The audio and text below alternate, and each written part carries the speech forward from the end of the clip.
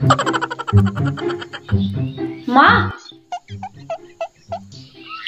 ও মা, কানের গোড়ায় মেয়া করে লাভ নেই। এবছর বাজি পোড়ানোর জন্য একটা টাকাও দিতে পারবো না।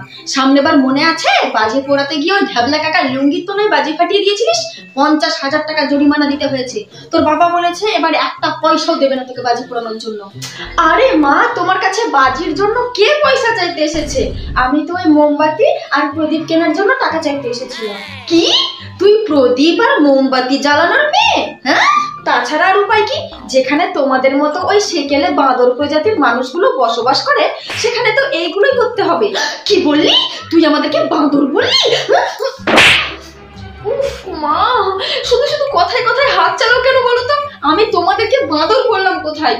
আমি তো বললাম যে আগের যুগের মানুষগুলো তো সব বাঁদরই ছিল, আর বাঁদর থেকেই তো মানুষে রূপান্তরিত হয়েছে। আমি তো সেটাই বোঝাতে চেয়েছি। জ্বলিয়ে দিলে তো। ও তাই বল, আমি ভাবছি কি না কি। হ্যাঁ, তাছাড়া আবার কি? তুমি তো আগে পিছে কিছু না ভেবে দিলে তো একটা ঠাস করে চর বসিয়ে। বেশ করেছি, আমি আমার মেয়েকে মেরেছি, তাতে তোর কি? আমি তো এটা ভেবে অবাক হয়ে যাচ্ছি যে তুই মোমবাতি আর প্রদীপ কিনতে যাবি। এতে অবাক হওয়া কি আছে? মোমবাতি আর প্রদীপ তো জ্বালাতেই হবে। হ্যাঁ হ্যাঁ ঠিক আছে, তোকে মোমবাতি আর প্রদীপ কেনার জন্য টাকা দিচ্ছি, নিয়ে যা। ভদ্রলোকের মতো মোমবাতি আর প্রদীপ কিনে বাড়ি আসবি। একটা বাজি পটকা যেন এই বাড়িতে না ঢোকে। না না, বাজি ঢুকবে কেন? বাজি ঢুকবে না তো তবুও আমি বাজি ফাটাবো। মানে বাজি যদি বাড়িতে না নিয়ে আসিস তাহলে কোথায় গিয়ে কিভাবে বাজি ফাটাবি? দেখ, বেশি পাকামো করলে না এবার কালী পুজোতে তোর বাড়ি থেকে বেরোনোই বন্ধ করে দেবো। আরে না না না, আমি তো বাড়িতেই বাজি ফাটাবো। মানে সেটা কিভাবে? কিভাবে আবার? তোমরা যখন পয়সাই দেবে না বাজি কিনতে, তখন আমি বিনা পয়সারই বাজি ফাটাবো। বিনা পয়সার বাজি? সেটা আবার কি? ফাট। হ্যাঁ, এবারে সবচেয়ে সস্তার বাজি হলো ফাট। বিনা পয়সায় বাজি ফাটানো যাবে, আবার পেটের গ্যাস থেকে মুক্তিও পাওয়া যাবে। খুব ভালো হবে, তাই না? এবারে আমি আমার সমস্ত বন্ধু বান্ধবদের বলে বেড়াবো, যাদের যাদের বাড়িতে বাজি পোড়ানোর জন্য পয়সা দেবে না তারা বেশি বেশি করে মূলো খা। মূলো খেয়ে খেয়ে ফট ফট করে বাজি ফাটা। এই চুপ, বদমাশ মেয়ে কোথাকার, একেবারে উচ্ছন্নে চলে গেছে। কি হলো কি? আমার মুখের দিকে তাকিয়ে কি দেখছিস? যাই এখান থেকে। হ্যাঁ হ্যাঁ যাচ্ছি যাচ্ছি। এই শোন, কি হলো? আবার ডাকছে কেন? কানের গোড়ায় খ্যাচর খ্যাচর করার মতো আরো কিছু বাকি আছে নাকি? তোকে তো আমি আবার মেরে দিলে। তোমার বাবা মাকে তোমাকে মারা ছাড়া আর কিছু শেখায়নি?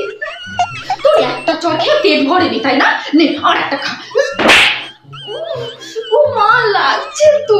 আমি কোথায় ভাবলাম বিনা পয়সার বাজি ফাটাবো, আর তুমি তো তখন থেকে বিনা পয়সার বাজি ফাটিয়ে যাচ্ছ। ফাটাস ফাটাস করে শুধু মেরেই যাচ্ছ। ভাল লাগে না চাই। এতে কি শব্দ দূষণ হচ্ছে না? দেখ, কানের গোড়ায় ফটর ফটর করে না আমার মাথাটা খাস না, না হলে এমন দুঘাত দেব না আজীবন মনে থাকবে। তার থেকে যেটা বলছি সেটা মন দিয়ে শোন। ওই জানালার কাছে যা ডাইনিং এ, ঠিক আছে? ওখানে দেখবি কিছু লাইটিং রাখা আছে। ওই লাইটিং গুলো জানালায় লাগিয়ে দে ভালো করে। সারা বছর হাজার হাজার টাকা দামের লাইটিং কিনে ঘরের মধ্যে ভরে রেখে দিয়েছে। দীপাবলির দিনে একটু লাইটিং জ্বালাবে তাও না। কেনার সময় তো এক বস্তা করে কিনে নিয়ে এসে রেখে দিয়েছিস। যা গিয়ে লাগা তাড়াতাড়ি লাইট গুলো। আচ্ছা ঠিক আছে, যাচ্ছি। বাপরে বাপ, এই মেয়েটা দেখছি আমাকে জ্বালিয়ে পুড়িয়ে মারবে গো। কোনো একটা কথা এক কথায় শেষ হতে দেয় না, কথার পর কথা কথার পর কথা। মুখে মুখে তর্ক করাটা দেখছি ওর আজকাল অভ্যাস হয়ে গেছে। মেরে মেরে পিঠের ছাল খুশিয়ে নিতে হবে, সব কথা দূরে চলে যাবে।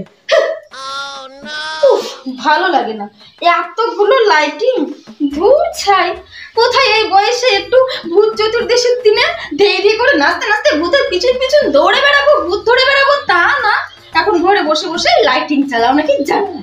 এই দড়ির মতো লাইটিং গুলো এখন আমাকে ঝুলিয়ে ঝুলিয়ে ঝুলিয়ে ঝুলিয়ে বেড়াতে হবে। ভালো লাগে না। এখন আবার কে ফোন করছে? হ্যালো, হ্যাঁ কিরে, কি করছিস? এই কে রে তুই? আরে আমি টিনা বলছি। ও তুই? তুই ছাড়া কে বা হবে? দিনে দিনে যেমন বয়ফ্রেন্ড পাল্টাচ্ছিস তেমন মিনিটে মিনিটে ফোন নাম্বার পাল্টাচ্ছিস। বেশ ভালোই দিন কাটছে তোর তাহলে। আমার তো দিন ভালোই কাটছে। তুই কি করছিস বল? আমি আর কি করব, আমার পোড়া কপাল। এই ঘরে বসে বসে দড়ি ঝোলাচ্ছি। কি দড়ি ঝুলাচ্ছিস? না না না না না, তুই কিন্তু সুইসাইড টুইসাইড কিছু করবি না। এইসব ধারণা তোর মাথায় আনলো কে? কি হয়েছে কি তোর? হ্যাঁ, হঠাৎ করে সুইসাইড করতে যাচ্ছিস কেন? তুই কিন্তু এরকম কিচ্ছু করবি না বলে দিলাম, না হলে আমাদের কি হবে? আমাদেরকে সপ্তাহে সপ্তাহে পার্টি কে দেবে? আর তুই যে ইউটিউবে পেমেন্ট পেলি সেটা দিয়ে পার্টি না দিয়েই, সেলিব্রেট না করে চলে যাবি আমাদেরকে ছেড়ে? এটা হতেই পারে না। প্লিজ প্লিজ তুই সুইসাইড করিস না প্লিজ। এই চুপ কর, কে তোকে বলেছে আমি সুইসাইড করতে যাচ্ছি? তুই তো এখনই বললি যে তুই দড়ি ঝোলাচ্ছিস। আরে টেপি মুখী, মরার জন্য দড়ি ঝোলাচ্ছি না, এই দড়ির মতো লাইটিং গুলো গোটা বাড়িতে বাড়িতে ঝুলিয়ে বেড়াচ্ছি, কালী পুজোর লাইটিং ঝোলাচ্ছি, বুঝলি? ও আচ্ছা তাই বল। হ্যাঁ আচ্ছা একটা কথা বলতো, আমি মরে গেলে তোদের শুধু একটা আফসোস থাকবে যে তোরা সপ্তাহে সপ্তাহে পার্টি পাবি না, তাই তো? শালা স্বার্থপর ঢ্যামনা মার্কা বান্ধবী কোথাকার। আরে না না, আমি সেরকম ভাবে বলতে চাইনি, সরি সরি। হ্যাঁ হ্যাঁ এখন সরি, ফুল বাগানে লরি ভরে চালিয়ে দিয়ে এখন বলে সরি। আরে তুই ও কি একটা কথা ধরে বসে আছিস, বাদ দে ওসব কথা। তা বলছি জীবনে তো একটা বয়ফ্রেন্ড জোটাতে পারলি না, তাই ভূত চতুর্দশীর দিনে অন্তত একটা ভূত তো ধরে দেখা।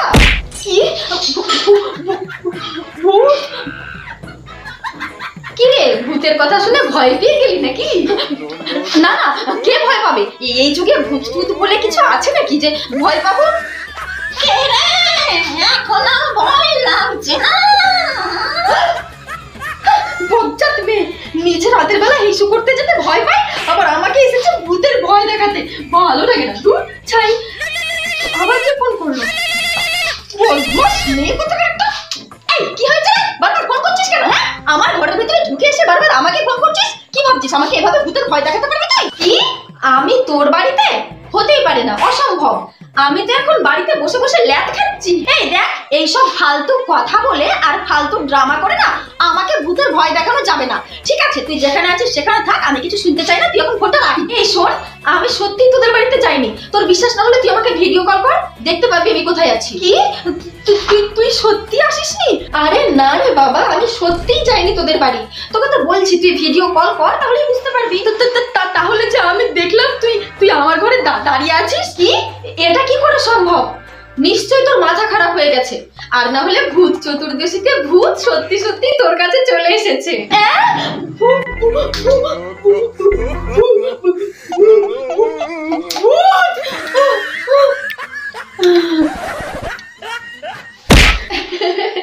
ভূত দেখাচ্ছে, ওর কাছে নাকি ভূত চলে এসছে, ভাবা যায়?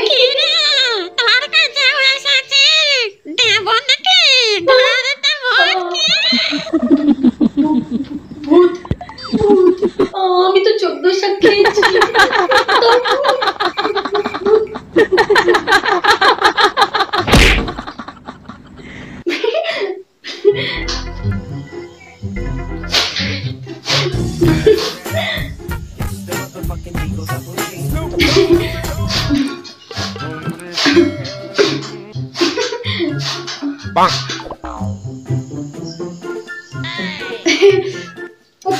কি জোরে পেয়েছে, যা একটু বাথরুম থেকে ঘুরে আসি। ওরে বাবারে, কত রাত হয়ে গেছে, 12:41 বাজছে। এখন আমি কি করে একা একা বাথরুমে যাবো? আর একটু আগে যদি ঘুমিয়ে পড়তাম তাহলে আর বাথরুমটা পেতো না। আমি তো ঘুমিয়ে পড়েছি, এখন কি করে যাবো? তো কন্ট্রোলও করতে পারছি না, এর থেকে বেশি চেপে বসে থাকলে তো এখানে হয়ে যাবে যা হওয়ার। কি যে করি? উফ, পাবি তো আরেকটু আগে পা, তাহলে এত রাত হয় না। তা না, এত রাতে কি কারো পায়? যাই, মাকে ডেকে তুলি, তাছাড়া তো কোনো উপায় নেই। বাবারে, আর পারছি কি? মা, ও মা, উফ, ও মা ওঠো, ও মা ওঠো না। উফ, কি হলো কি? একটু শান্তি করে ঘুমোতে দিবি না? ও মা, একটু বাইরে চলো না, আমি বাথরুমে যাব। যা যা, আমি তাকাচ্ছি, যা যা যা। না না, তাকাচ্ছি বললে হবে না, তুমি আমার সঙ্গে চলো। তাকাচ্ছি বলে তুমি তখন আবার ঘুমিয়ে পড়বে। উফ, এই মেয়ের জ্বালাতে দেখছি দু চোখের পাতা এক করে একটু ঘুমোনো যাবে না। বাবারে,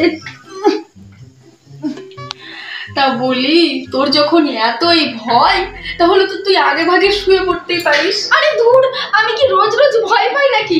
আজকে ভূত চতুর্দশী না, আর রাত 12টা পেরিয়ে গেছে, তাই জন্য একটু ভয় ভয় লাগছে। চলো না। উফ, চল তো চল, তাড়াতাড়ি চল।